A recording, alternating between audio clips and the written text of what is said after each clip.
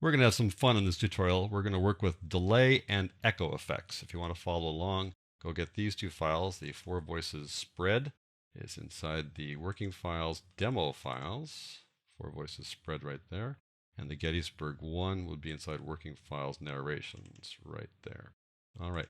We're going to work with three different effects. Go down to effects, delay and echo, and there are the three delay and echo effects. Analog delay, delay, and echo. So there are two different delay effects and one echo effect. So let's just open up delay, and that will kind of set the stage for what's the difference between delay and echo. Here I've got a monaural file. We're going to start with that one and then go to a stereo in a second. So I just double click on this to open up the delay, and it looks pretty simple. Basically, the delay is how long does it take before you hear the delay. The default setting is 120 milliseconds, which is a little more than a tenth of a second. So you wait about a tenth of a second, and then you will hear the repeat. And then the mix and the dry says how much of the original do you want to hear and how much of the repeated one do you want to hear. And typically you want to hear more of the original and less of the repeat. So I'm going to say, let's have it be toward the dry end. Let's hear the original and then have the repeat be not quite so loud. So let me just play this one for you. Fourscore and 7 years ago, our fathers brought forth on this continent. So you can hear that there is one repeat. The delay gives you a chance to make one repeat, not multiple repeats. If I take this thing to its maximum level, which is 500 milliseconds or a half a second, you can hear the delay coming back at you. Fourscore and 7 years ago, our fathers brought forth on this continent. And then if I make it just wet, all you hear is the echo. Our fathers brought forth. So it's just the echo as opposed to the echo with the mix. And if it's dry, it's just the original. Continent. So something in the middle works for you like that. Our fathers brought forth on this. And so if it's right in the middle, it means that the echo or the delay is exactly the same volume level as the original sound. And that's basically how that works. There are a bunch of custom settings or presets, but in fact, your work here is so simple that you just make these decisions, kind of listen to it on your own and decide, what works. Because I think most of these guys, even when they have all these funny names and stuff, they really, don't do that much in terms of making something distinct. You just decide how much you want the delay to be and how much of the original versus the delayed version you want to come through. And keep in mind that right around 200 milliseconds or so is when you start hearing a distinct echo or a distinct delay. Our fathers brought forth on this continent. Something like that. All right, let's close that down and we'll go to the stereo side of things. Four Voices spread. I'm going to apply the delay to this one. Open that up. You can see it just has the extra complexity of having a left and a right channel, and that adds some interest. Notice how you can have different delays for the right and the left channels. That just kind of makes things sound just a little more interesting, a little bit more of a stereo feel here. Just too hard to find. See, that's a stereo channel, but those voices are dead center. So by having one delayed a little bit more than the other, then it starts to begin to feel like it's more of a stereo sound to it. And there are some presets here that you saw before, spatial echo, these other kinds of things, that basically just determine how much of the original versus the echo version do you want to come back out. So here it's mainly wet, but it's a little different from one channel to the next. So that's how these guys work. Delay effect makes one echo. I'll just play this ending here so you can get a sense of how that works again. Fine. Now, if I make it a little bit longer, make them both longer, let's see how that last little phrase goes. Fine. So you can hear that guy coming back at the end. Let's close this guy down and move back over to the monaural channel, and we'll go take a look at the analog delay. If I leave these both on, it's just going to be a mess with each of these guys working against each other. So I just make sure I turn off the other delay and just work on analog delay. Analog delay is kind of an effect that's between delay and echo. And the reason for that is that it has this thing called feedback.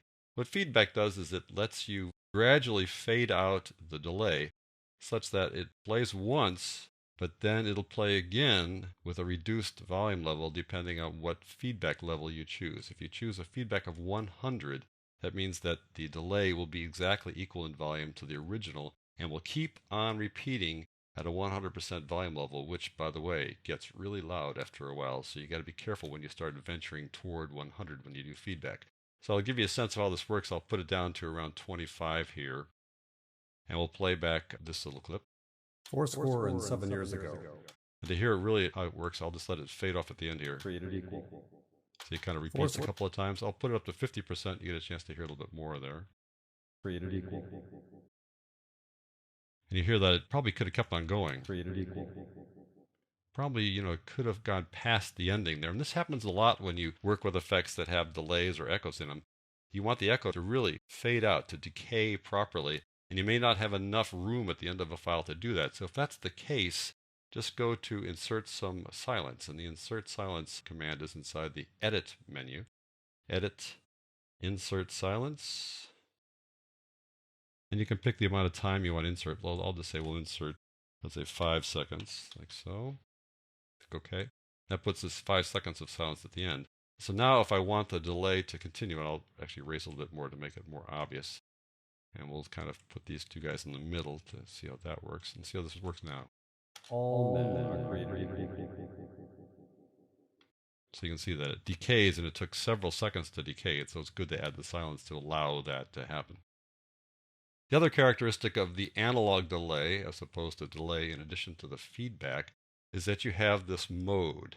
The purpose of the analog delay is to try to emulate old vintage hardware delay devices, like a tape or a tape and tube, and analog being newer than these other guys.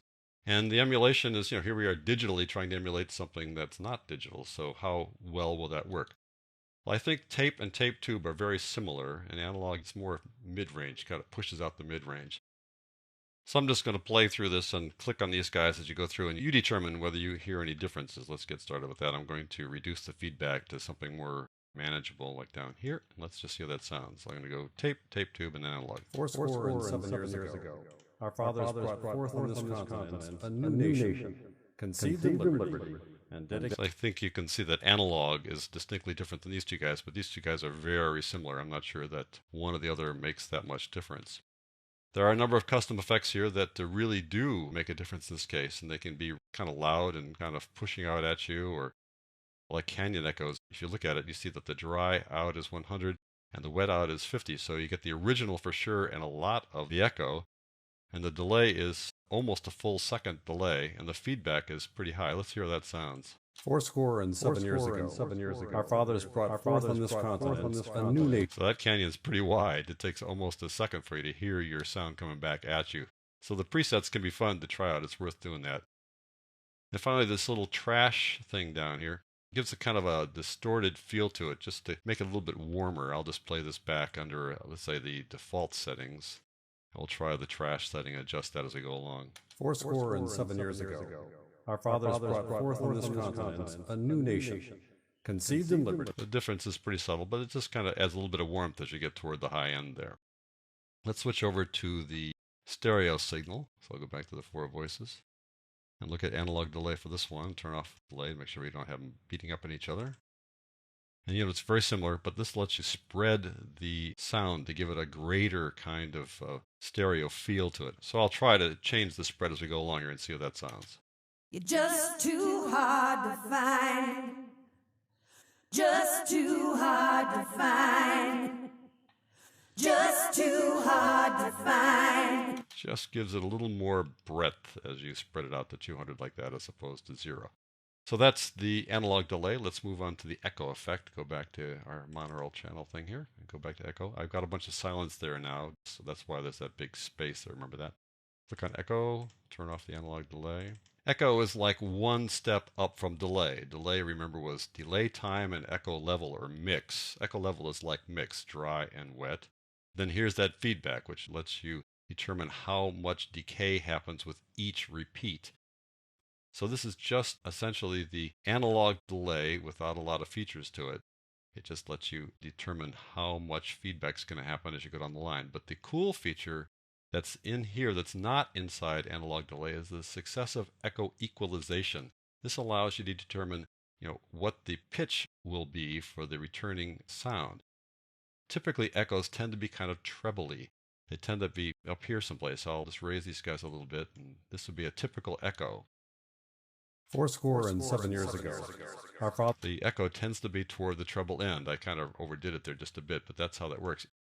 If you tend to have a bass echo coming back, it can be really muddy. Just to be aware, echoes tend to not have much of a bass response. Fourscore and 7 years ago. So you can see how that just gets absolutely awful. But you can decide how you want the pitches to decay. You can make, let's say, the top end pitch decay faster and or toward the mid-range decay a little bit slower. So you do have this option of doing the equalization here on the returns of the delays when you make the echoes. Let's go to the stereo side and open up the echo for that one. What's cool about when you work on the stereo side with the echo effect is that you can do what's called echo bounce. You can bounce the echo back and forth, left and right. And I think that's a really cool feature. The rest of these guys I think you can probably figure out. But I'm going to go and work with echo bounce. And when you work with echo bounce, you typically want to have the echo level, what percentage wet and dry, from one channel to be 100%. And then you want the echo level for the other channel to be nothing. So that's the best way to do it. Let me just move this guy over to the side so I can get started. Here we go. Just too hard to find. Cool. And then we've got 63%. That's pretty high. I'm going to drop that down so it's not quite so obvious. We'll try this one again. Just too hard to find. And we'll probably bring the delay down a little bit so it's not such a long delay between the two. Here we go. You're just too hard to find. There you go. So the cool thing with the echo effect over here inside the stereo side is that you do have this option to do echo bounce. So those are the echo and delay effects inside Audition.